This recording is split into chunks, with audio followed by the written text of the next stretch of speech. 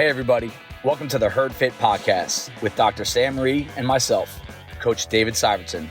This podcast is aimed at helping anyone and everyone looking to enhance their healthy lifestyle through fitness, nutrition, and most importantly, mindset.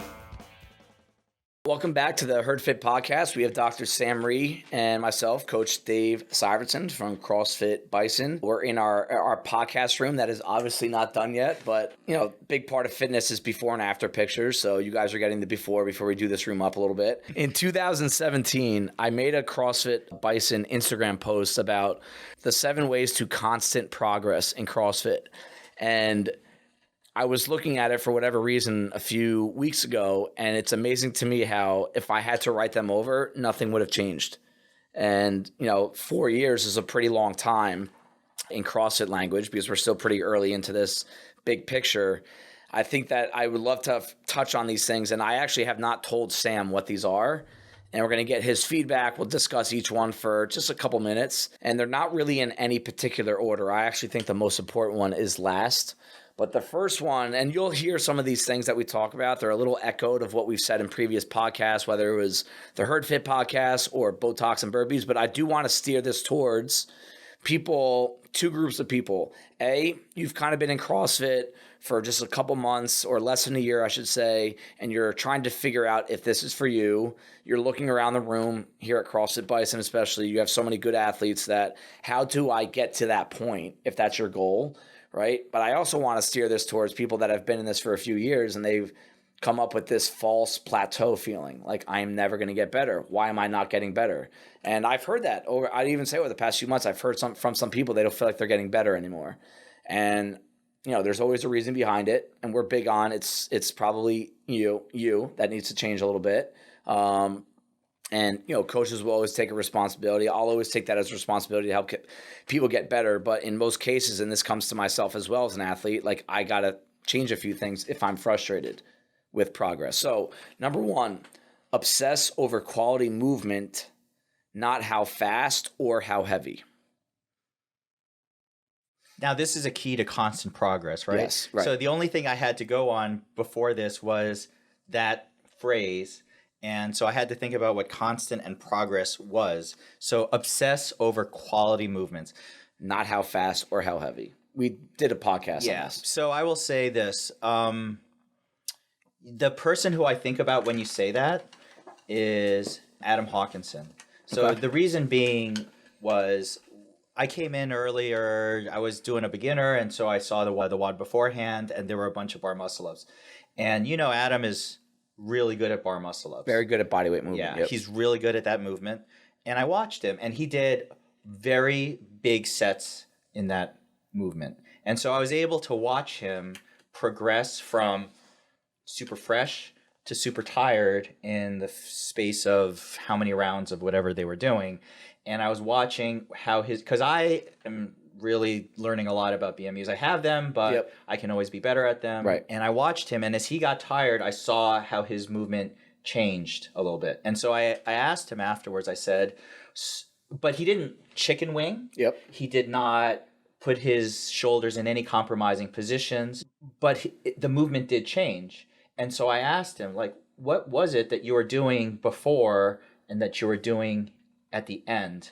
And he said, well, when I'm fresh, it's really not hard for me to just pull to my hips. Yeah. But when I get tired, I really have to use my legs and kind of drive them. Yep. And when I do that, when I'm tired, I can't just kind of keep them straight. I kind of have to bend and Yep. use my knees a little bit more Right. to kind of get that He breaks hip.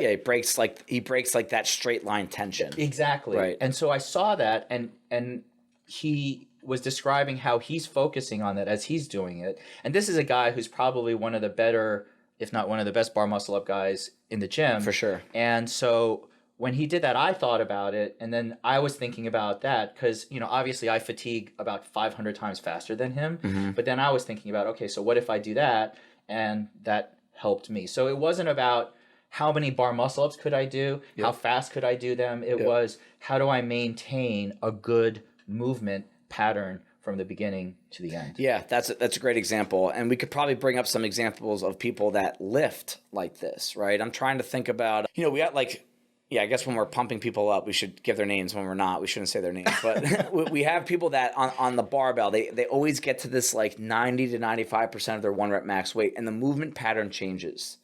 And it's because, like we'll use a squat clean for an example. The bar feels like really heavy when you're coming off the ground.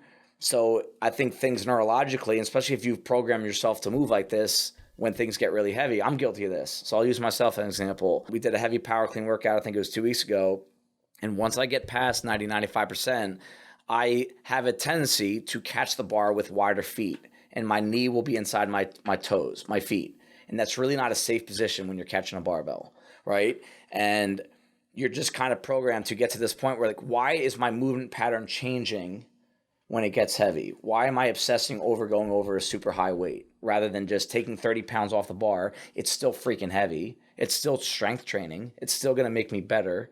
And I think that was probably a moment where I was like, hey, I really want to get that number on the board. Like I haven't hit a 300-pound power clean in a while. I feel really good right now. Let's go for it. And you go for it, you get it. But in your head, like I even, like Liz, it kind of gave me a look and she was like, it wasn't a good clean. And so that's something that like I can look back on and be like, you know what? I was obsessing over how heavy I was lifting, not my quality of movement. And I'll tell you what, my knee hurt after. I will say one of the people that I like watching for progressively heavier loads is Tim R. Okay. Because I starfish after a certain point. Yeah. On those cleans. I've never seen that guy starfish. He just goes deeper and deeper into his. This is one thing we talk about with cleans and snatches too, Olympic lifting. Your power lifts, the power snatch, power clean, is no different than your squat clean or squat snatch, as you're just catching it a little higher. That's something you have to tell yourself over and over. You forget sometimes. It's hard though, because it doesn't feel, it taxes you to squat. Yes, and that's part of it. If you are not used to a quarter or 2/3 type of squat motion. Yeah. Tim can squat a house, so it's like, sure, I'll go squat. It's like. But the fact that he could even squat heavier, but he just basically just goes deeper into that squat, just speaks to how long he's been CrossFitting and how he's worked on it. Because if you don't work on it, it's easier to starfish. Right. You should be aware of it. Like that's why I'm a proponent of videoing yourself when you work out. Sometimes you really don't know what your body's doing. You might, that felt a little different, but when you watch yourself and when it gets to that point, it's like, Listen, I know when I have to do 185 pounds, and I want to get through it quickly, I will starfish because it's easier for me and I can get faster and I'm not as fatigued. But after hearing myself talk about this right now, I'm going to probably really the biggest piece of advice I'd give you or anyone that's listening is get better at lifting between 80 to 90% of your 1 rep max, because it's light enough that you can go into it saying, I know I can do picture perfect form, but it will still feel heavy, right? Like sometimes if I told you to go work on your cleans at 95 pounds, it's like, dude, it's probably not going to help that much, But if I told you to go clean 165, 175, 20 times before you go home tonight, but every single one of them's got to be picture perfect, you would get a lot out of that. So I think a lot of people listening, that 80 to 90%, whether it's effort and conditioning or the reps that you can do on the rig, on the handstand push-ups, don't go to your max, don't even go near it, but get up to that challenging point and challenge yourself to move perfectly, because that will translate. Even I just on-ramped someone and I watched them working out with their cleans. Yeah. And they were ripping through it. I'm going to go back to her and talk to her a little bit just because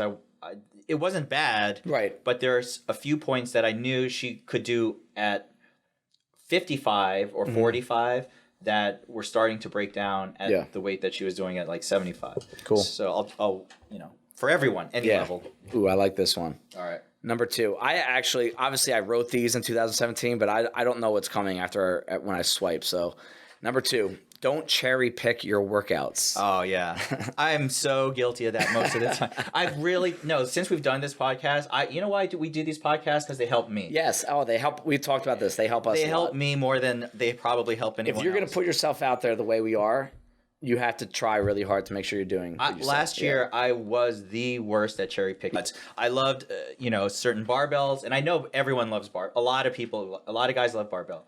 But this year, I made a concerted effort to start coming to Wednesday WODs, even if they include a lot of running. Wednesday WODs, by the way, from day one, 2014, we don't do any weightlifting on Wednesdays. Every now and then we use a kettlebell or a dumbbell snatch, or a dumbbell movement, but we don't move weight. Right. So I don't care if it's box jumps, stuff that I really stink at.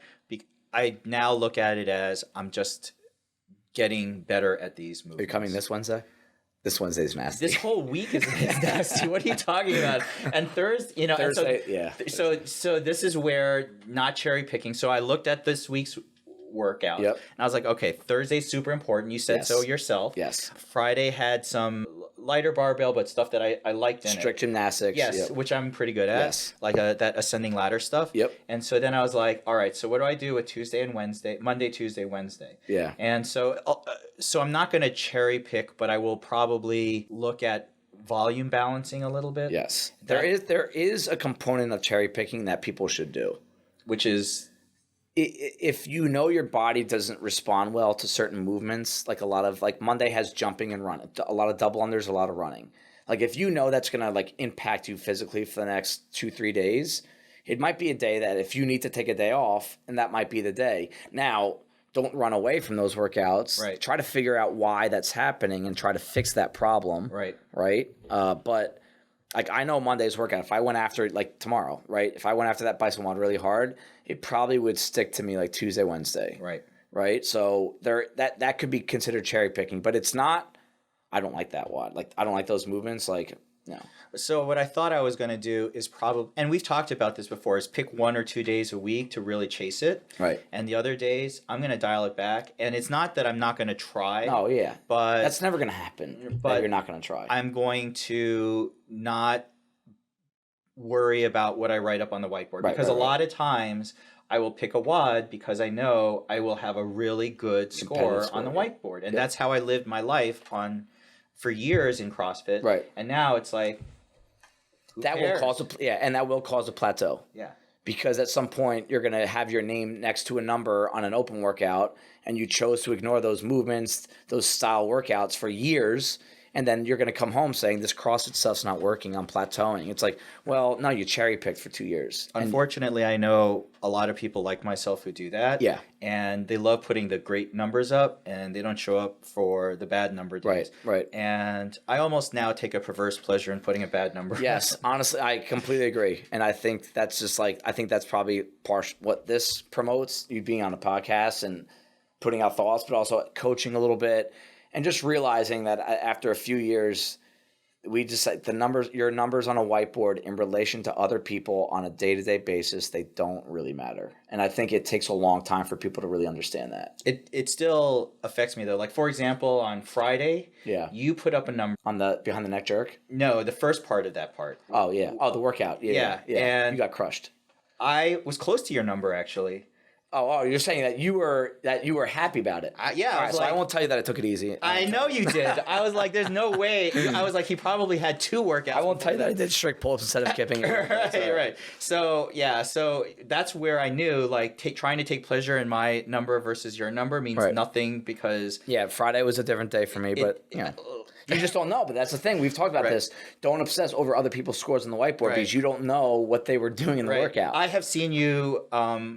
where there was workouts where you threw to literally an 11-foot target instead of the 10, where your weights were heavier and you didn't write anything different on the freaking whiteboard. So when I saw that, I was like, I can't. Yeah, something was different. Yeah. So don't worry about it. Cool. All right. So sorry to burst your bubble. All right. All right. Number 3, 7 ways to constant progress in CrossFit. Patience matched with consistency. That's a tough one. It is. Both are very difficult. I would say patience is probably not a CrossFitter's strength. Nope. Natural strength. Nope. And I would say most of us have urgency in our lives. And to be able to sit there and play the patient aspect of things is extremely difficult. So I'm not going to say be patient, but you have to balance all of your urgencies with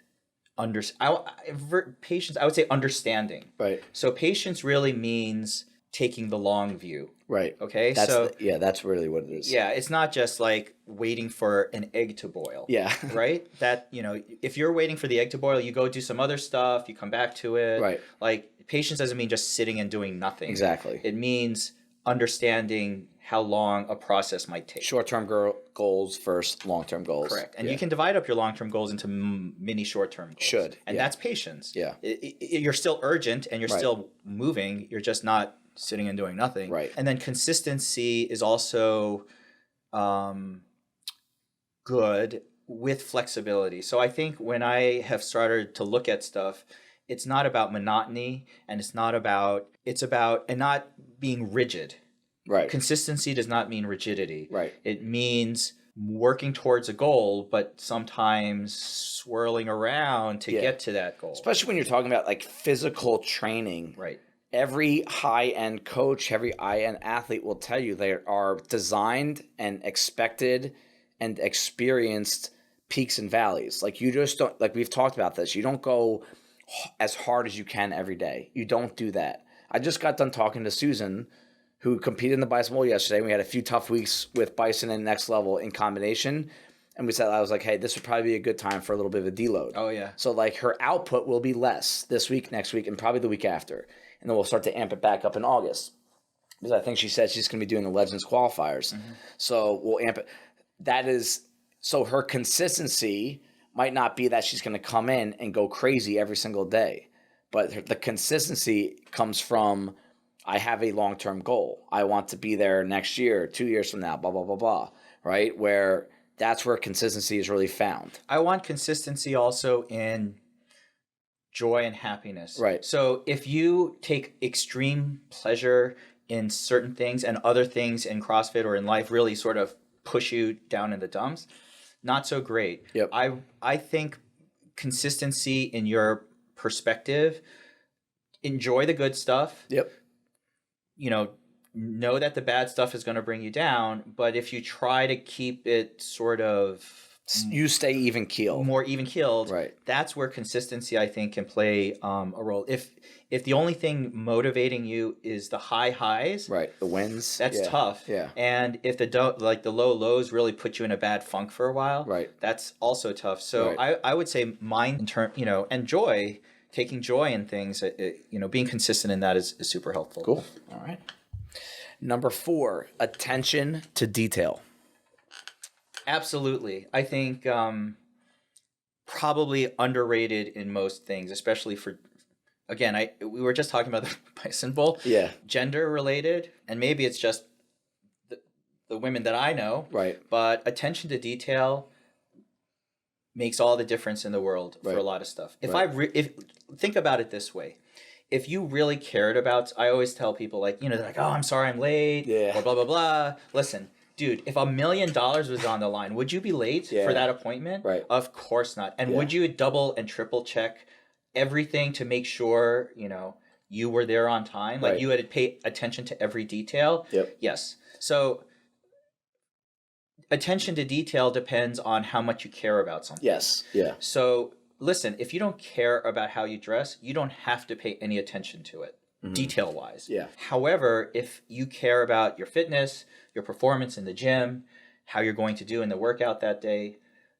you spend as much attention to detail as you think it warrants. Right. And the more important you think it is, the more attention to detail you have. Yeah. When I first started coaching, and I still don't coach as nearly as many classes as 99% of all the other coaches here. Right. So I still do this. Yep. But when I coach classes, I spend an inordinate amount of time looking at other people's warm-ups, looking online about the specific movements, or combination of movements, certain more importantly. Yeah, right. And injury avoidance, and then I also take the workout beforehand to try to make sure that I'm not missing anything. Right. It always helps. And so preparation in general, and that made me better because a really good coach doesn't have to do that. It's like if you're experienced at anything, you don't have to spend that much attention as you would if you're starting out. Right. So if you're starting out in CrossFit, it behooves you to pay an inordinate amount of detail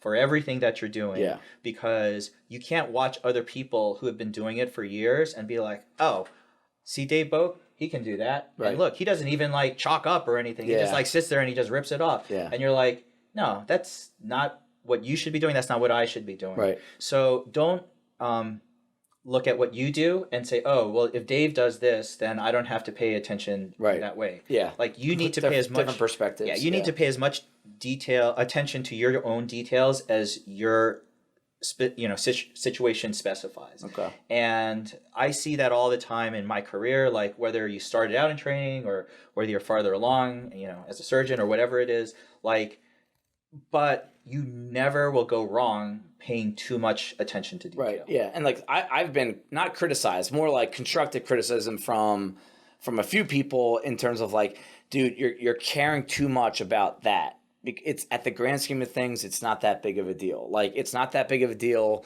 if the 6 a.m. class is done at 6:54 and the 7 a.m. and that's full and the 7 a.m. class is full and they're already starting to get into the parking lot. Like these little details that get the class done at 6:50 make an enormous difference when you're coaching. Absolutely. And as an athlete. Yes. And if you have, like, if someone needs to go to the bathroom right before the WOD starts, like my first thought is crap. We're going to be done at 6:52 instead of 6:50. And like that will like, I'll get worked up about that. Where from the outside perspective, someone's like, chill, dude, chill. But I think because I'm like that, right. And because we have, coaches that try to be like that when you have those big classes, it makes a big difference for a person's experience, especially for those that need to get out at a certain time. Well, because what happens is if you let that go every time to 6:52, right. Guess what happens? 6:54, and then 6:56, right. And all of a sudden you're that coach that can't get a freaking class on in an hour. Right. So all of these details in life, especially as an athlete, right? Like. It's weird. And listen, you don't have to always spend that much attention to detail. Focus as much detail as it warrants. And when you feel comfortable with it. Yeah, it comes out what you said. What do you care about? Then let it go a little bit. And a lot of people here care about their fitness. Yeah. And then you have a lot of people that eventually comes out at some point where they're upset about plateauing and not seeing progress within CrossFit. That's when if you care, you will go back and look at the details. Yes. And you will often find the answer at that point. If you haven't been paying attention to the details in that case, yep. It's worth looking at. And I think the last thing I'll say on this is if you need help, right? A lot of people need help on like the details, right? Because we're around this stuff all the time, especially me. I eat, sleep, and breathe this, right? So, and sometimes I'll even get insecure when I coach a class where I'm talking about the finest little details about where to put pressure on the pull-up bar, right? To make sure you're squeezing the pull-up bar at the outside of your hand. And I can read a room pretty well now. I've been doing this a long time. Like there's a lot of people when I start going that deep into something, they're just like, dude, shut up. Like, I just want to work out. I'm just here to sweat. But my attention to that detail is for that person. That's usually looking up at the ceiling, rolling their eyes, right? And I want to make sure that we care so much about the people here and their constant progress, right? Whether it's a year or 10 years, that the longer you do this, the more fine the details will be for you to get to another level. Absolutely. Remember that day last week, I was in a crappy mood in the morning and it was the lift one. It was a lift behind the back jerk thing. So Friday. Yeah, Friday. Yeah. So I was, the crappy mood wasn't the point. The point was I was doing the clean and I failed a heavy one. Right. And then I was thinking of what you say a lot about knuckles down. Yep. Yeah. And I made it. Yeah. And you wouldn't have seen it if you were watching me. Right. But just turning knowing a tiny amount. Literally doing your hand for our YouTubers, all right, with your hand being here as opposed to here is often the difference between someone failing clean. And it's literally like almost like you don't even have to do it. You just have to think about it. Yeah. Right. And if you're just thinking that concept, it makes a difference. Right. So it's not weird. It's validation to me that those little details help. Details help. Yeah. All right, number 5. Understand that you spend under 5% of your week exercising and over 95% of your time in recovery mode. Oh, we hammer this all the time. Right. For our new athletes, our athletes who want to get better, experience, like this is the goal for consistency, for long-term success in CrossFit or in everything, is what are you doing outside the gym? Right. And probably the biggest changes I've made in my life over the past X number of years as a CrossFitter is focusing on my outside life. Right. The problem is, and I understand this, is most people are not in situations in which they are under control of what is outside their lives. Absolutely. And if you have family, if you have 3 kids, like I don't know how some of these athletes do it. They have like the Wrigglers have like what 3 or 4 kids under the age of like 3 or 4. Yeah. Like, yeah. How do you even find time? I find it's hard, and I have 1. Right. I keep my mouth shut about that because I'm talking to people that have 3 and 4. Right. And and so my first thought is I admire everyone that are in challenging situations and that they haven't given up, that they're trying, and they are real, and they are doing an amazing effort about caring about the stuff that's important to them, which includes their body and fitness. Yes. And it's commendable because most people don't do that. Right. So if you're in situations where there are a lot of factors outside your control, you can only control what you can control. Right. And so for those things that you can do, if you still work like a dog and then you spend the rest of your free time at home watching Netflix, you really gotta sort of, or you're letting yourself go like I did for a long time, is eat crappy food because it's your release. Yes. That's and I'll say one thing that I think most of us are guilty of. We think that coming to the gym and doing a hard workout makes up for something, right? Like, oh man, like I ate really bad last night, I'm going to go hard at the gym today. It doesn't work. Sort of the opposite. It could be the opposite. You know, like I was just away last week on vacation. We were gone for 3 days with a 1-year-old, and so we'll just call it time away. But when I go away, I'm usually very like, no, like everyone's like, oh, where'd you work out? I'm like, I didn't work out once. No, I probably had more. Like I drank a few beers, had a burrito, we had some fries, we had a random bag of peanut M&Ms in our apartment that I housed anyway. I don't know why. But I love how these are your cheat meals. I know. Is a random bag of peanut M&Ms, but all right. So, but I knew that coming back into training the next week, I did not come into the gym like, all right, man, I'm going to go really crazy this week because I had a really bad week. If anything, I was like, I almost had to chill a little bit because my body's probably has some inflammation, might be 3 or 4 pounds heavier, OMG, right? Mm-hmm. But I felt like crap all week. It was probably one of the worst weeks I've had since I've, kind of dialed it up in May. Mm-hmm. And but I knew that was a product of what happened last week. And I think as we get older, like things stick to you a little bit longer. Mm-hmm. Like if you have a bad week of eating and drinking, it's going to bother you for 7-8 days, right? And this morning, I had probably my best session I've had since before that little trip away. Mm-hmm. And it took a week of just like vegetables, water, mm-hmm. and had a couple good nights of sleep in a row. And that's where I think that you need to know your time in the gym one workout in the gym is not going to make up for your bad meal, your cheat meal. Mm-hmm. It's not like we need to stop thinking like that. Mm-hmm. It needs to be your bad cheat meal. Fine, have it. Good for you. Never going to tell you not to do that. What are you doing outside of the gym to try to get yourself back on track? Because what you did in the gym is such a small amount of time. Mm-hmm. The other time is more important. Yes. You know? You know what it is? It's these stupid gimmicks that people wear on their, like, they post about it on social media all the time. Like, I burned 800 calories in today's workout. Like, shut up. Like, that doesn't matter, right? Sorry, it just doesn't. Like, I think so many fitness programs are, like, they trick people into thinking that, like, okay, so I ate 1,200 calories today. Mm-hmm. I burned 800. If I burn 400 more, I'm going to lose weight. Like, shut up. Like, what are you doing the rest of the day that will help you burn more calories? Like, what your resting heart rate, your sleep patterns, like how your body retains water. That is a huge deal. And that's something that just pisses me off sometimes. I think universally we're all converging on quality of food, quality of sleep, quality of your life in general is really going to determine what you do athletically. Not what you do athletically is going to determine all these other things. Yeah, right. And, I do see our members at our gym, for example, and a lot of them, there's a bunch of business guys. And I remember talking to Jim Harrington one morning. He had some business thing the night before. He was like out till 2 a.m. or something. And it's like, how can you not, if that's part of your business responsibility, it's part of you have to. Yep. And he dialed it back way down that day. Just move your body. And he just got, and I was really proud of him just for making it in that day. Yeah. And the fact also that he was mature enough not to be like you said, I need to sweat it out or do whatever. Yeah. Newsflash, you're not going to sweat it out. Not going to happen. So, we hammer this message all the time. Yep. All right, number 6, we got 2 left. You know what? This could tie into number 5, so we didn't spend that much time talking about, but you are what you eat. Geez, we just talked about this. Yeah, we did talk about it. I will say one further thing is I want people, and I really have not decided to go into the nutrition field for a few reasons, but I will say that I want people to think a long time, like throughout the week, what you're eating, what you're not eating, act like whatever, like when it comes to processed food versus natural foods, whole foods, that is what's going to make you feel good or bad at the gym. It's not, the WOD that goes your way. It's not your favorite movements.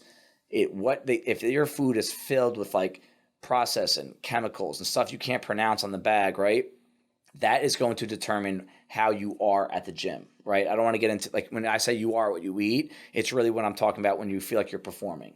And yeah. I will say this. I also realize it's really difficult to eat optimally for a couple of reasons. One is eating really well is expensive. Yeah, it is. Like really expensive. Yeah. Like, for example, and just so that I don't feel we're hypocritical. Yeah. So we had the Bison Bowl, yes. Yep. What did we order for food? Did we order like free range organic chicken with kale or quinoa or something? No, because that stuff's really expensive, and if you had to feed like 200 people, if you bought that much of that really expensive food that like Dallas used to get shipped in, like it'd be thousands of dollars. Yeah, the Bison Bowl fee would be $30. So we got sandwiches at Parkwood Deli, which were fine. Yep. I mean, not every day, all the time. No. But if you're, and listen, we sat and we, had Trulies and beer and all that. Yep. So, because it's cheap. Yes. It's easy. It's accessible. And the other thing is it tastes pretty good. Yeah, right. So eating really well is an uphill battle on about 3 or 4 different fronts. Right. And it's a fight. Yep. It's a fight all the time. It's a fight that gets easier if you keep fighting it all the time. Right. And I do know a lot of athletes at the gym who count macros for years, who are really careful with what they eat, and they are super disciplined. Yeah. I think of I just saw Carly Finan yesterday, and she's been doing it forever. Very disciplined. And she looks amazing, and she continues to look amazing. Yep. She looks like she hasn't aged a day. There are a couple other guys who do the same thing. Yep. Matt Malone also is super careful. Yeah, and I've been out with Matt Malone several times socially, and like he will say the same thing, just like yesterday after the Bison Bowl. Like he'll go crazy every now and then, have a big cheat meal. I'm telling you right now, like those big crazy cheat meals, that's never the issue. Right. It's like the day after day after day binge or the emotional eating. What? Consistency. That's right. Yeah, there you go. So yeah, I would just say like really dive into what you're eating on a day-to-day basis. And if you know it's filled with crap, you are going to feel like crap. If it's clean, you'll feel clean. We're not telling you not to have cheat meals. We're not telling you to never have processed food.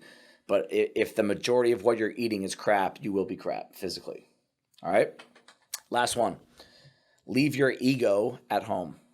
That's also really tough. Yeah. I think, honestly, one of the big holdbacks for some of our really long-term or good, athletes is the ego part. Yeah. I can think of a couple people in the 5, 6, 7 a.m. class who, if they dropped some of their ego issues, would take that plateau and go a couple levels. Right. They would get to where they actually want to be. Yeah. It just wouldn't be the route that they want to get there. No, because it's a awful route to actually do because it really impacts your self-esteem. Right. You go backwards a little Oh bit. my God. Yeah. Because listen, we cling to, and we were just talking about this with some other athletes complaining about, either judging or the events or whatever. It's like you cling on to who you think you are. Right. And if you think you know something, it's super hard to change that. Right. And at its core, and we have it. I know I have it. Absolutely. I know you have it. Absolutely. There are certain core fundamental things about us that we've said this in the past. We all have egos. Yeah. It's not we're saying don't have an ego. Right. And so the more you can sort of let some of those aspects go, it might be harder in life, but it actually might be easier in the gym, hopefully. Yeah, especially here. Yeah, hopefully. I don't know. Because honestly, listen, my ego is bound up on, what I wrote down on the whiteboard every day. Right. A lot. Yep. And it's and going back and sort of figuring out what I suck at and what I can do better at, and not worrying about what other people think of me. Right. I wrestle with that every day. I still think about that. Yeah, and it's like we've talked about this in the past. I don't think it's something that we have the answer to. Like we don't tell you, we're never going to be able to tell you how to always complete your ego, to always keep your ego completely out of the situation. I don't think we have the answer for that, and I don't think we do that all the time. So again, we have to make sure we're not coming across that way. But I would say that from a coaching perspective, the people that I get to see a lot of people work out day after day, week after week, month after month, and in some cases years after year. And to gear this towards someone that wants to make constant progress in CrossFit, I'm telling you this right now, the people that are less obsessed with their scores are the ones that don't plateau. They're obsessed over other little things, their pace, their quality movement, keeping care of their body, not pushing through certain pain just so that they can get that certain number, right? Those are the people that keep getting better. You know who I really would like to put up as an example of who has very little ego in the sense of the gym is Nick Squire. Okay. Because he could take an enormous, like he could be really proud of how good his lift technique is. Right. He's one of the cleanest lifters I can see for his size. Me and Deb Rourke were watching him lift the other day, and we're like, I could watch him lift all day. Right. And and he is a great athlete. Yep. But he doesn't care. He literally does not care what number he puts up on the board. 0. And his number one priority is moving well, Yep. being injury free. Yep. And, that was actually a bunch of lessons he learned along the way. Yeah. Because he was some of which were the hard way. The hard way. Like he was just like, I was just along with him. We working really out. We did some comps. And he started, picked up a couple injuries. Yeah, he took a few steps back. And now he is so careful and deliberate. Yeah. Does he take pride in his performance and what he does? For sure. He trash talks as much as anyone. Absolutely. But it's not that his ego is bound up into it. That's a great example of someone that does care how they do. Yep. But it's not their ego. That's right. It's just like they want to do well, right? And very few people will admit that they have an ego issue. So if this is kind of speaking to you, I think it's something you put a little bit of thought into. I have a female example, and it's actually Liz. And this is kind of like Liz Liz has been through so much here over the past 7-8 years. I remember, watching her work out for the first couple of years. I'm like, all right, you've got something. You got a lot of talent. And she works hard too. She's listened. She was very coachable. But I remember she had a couple of injuries early on. One was her back, one was her knee. And she immediately took guidance from, I think it was Hartman, Marnie, myself, of no more kipping for 6 months. Every single time you see a pull-up in a workout, you're doing them strict. You're not allowed to go above 60% of your lifts for a long time. And you could tell there were times it was eating at her, especially if it was a workout that she knew she'd had fun with, she'd do well in. And I remember the strict pull-ups stick with me. I think it was 6 months of strict pull-ups. And it was related to her back more than anything. And that is when Liz got really good at what she's at. That's when she became a monster with muscle-ups. And it was only because of the pull-ups. Yeah. And, that was a humbling experience for her. And if she had an ego issue, she would have done what a lot of people here do. She would be like, it hurts, but I'm going to keep going. It hurts, but I'm going to keep going. It hurts, but I'm going to keep going because I want that score. I want that score. I want that daily fulfillment. And that's what it is. It's a daily fulfillment. Yeah, validation. Yes, I have to go work for the day now, but hey, at least I crushed that wad. I'm a good person. Right, I'm going to limp around the rest of the day, right? So is it worth it? And again, we've both done this. Again, we have to keep saying this because we don't want to come across the wrong way. Yeah. But Liz is a good example of someone, and she got a lot of benefit from this. We're not telling you to keep your ego at home so that we don't have to deal with your ego. We're telling you to keep your ego at home because it's going to help you constantly get better at CrossFit. I don't know if the people that I feel could benefit most will actually understand that. Yep.